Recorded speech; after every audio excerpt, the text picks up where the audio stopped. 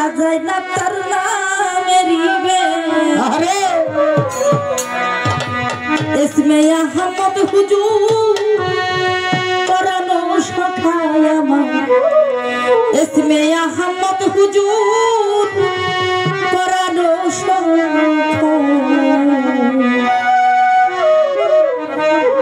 आकाशे 4,500 खासनाम पातालता 4,500 खासनाम एर मध्य द्वितीय नाई एकजन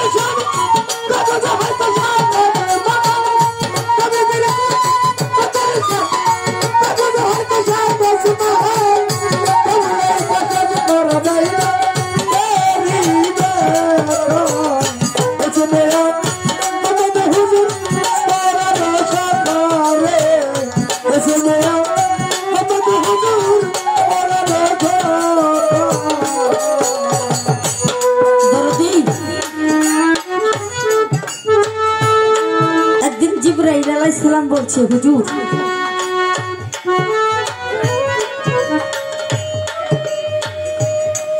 कतटा बছর হয়ে গেল আমি শুধু আল্লাহর কথা আপনার কাছে আদান প্রদান করি হুজুর আমার মনের মধ্যে একটা ব্যথা আছে আমার দয়াল নবী বলল হে জিবরাইল এমন কি ব্যথা তোমার মধ্যে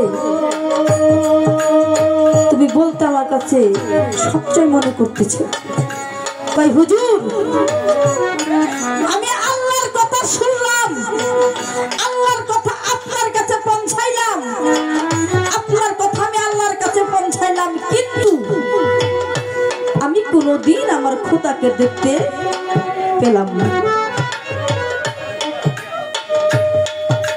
আমার দয়াল হুজুর পাক কয় খোদা দেখবা জিবরাইল কে খুব আশা ছিল তার সুর শুনলাম তার মুখের ধ্বনি শুনলাম সকল কিছু শুনলাম কিন্তু তার চেহারা মোবারক আমি কোনোদিন দেখতে পেলাম না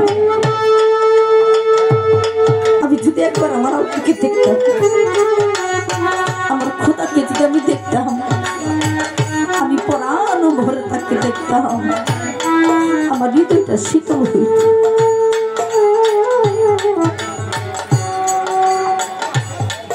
আমার হুজুর কয়, জিবরাইল খোদাকে যদি দেখতে চায় তাহলে ওই যে একটা ঘরের ভিতর সিন্ধুক, ওই সিন্ধুকের সামনে তুমি যাও, দেখবা ওই সিন্ধুক গোছাইলেই তুমি খোদার দেখা পাইবা। জিবরাইল আলাইহিস সালাম সিন্ধুকের পাশে দাঁড়ায় দাঁড়ায় বলে, লা ইলাহা ইল্লাল্লাহ, লা ইলাহা ইল্লাল্লাহ, মাবুদ নাই কোনো আমার আল্লাহ ছাড়া। সিন্ধু খুলে না। দরদি এইভাবে কয়েকবার শুধু পাঠ করে সিন্ধু খুলে না। ফিরে গেছে হুজুরের কাছে, হুজুর আমি ওই সিন্ধুকের পাশে দাঁড়িয়ে দাঁড়িয়ে লা ইলাহা ইল্লাল্লাহ বললাম কতবার, কিন্তু সিন্ধুকের মুখ কার খুললো না। কই যাও, হে জিবরাইল তুমি যাও, ওই জায়গায় যেয়ে দাঁড়ায় বলো লা ইলাহা ইল্লাল্লাহ মুহাম্মাদুর রাসূলুল্লাহ।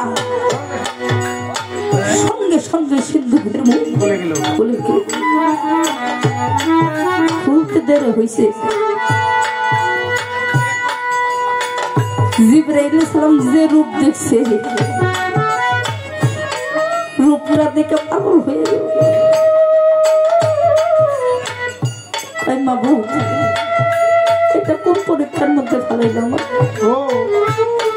আমি যে রূপটা দেখে আসলাম বাহিরে, ওই রূপটা এই জায়গায় কেমনে করে আসলো? এটা তোমার কেমন খেলা, কেমন লীলা? আমি তো তোমার নীলার মধ্যে পড়ে গেলাম, তোমার খেলার মধ্যে পড়ে গেলাম।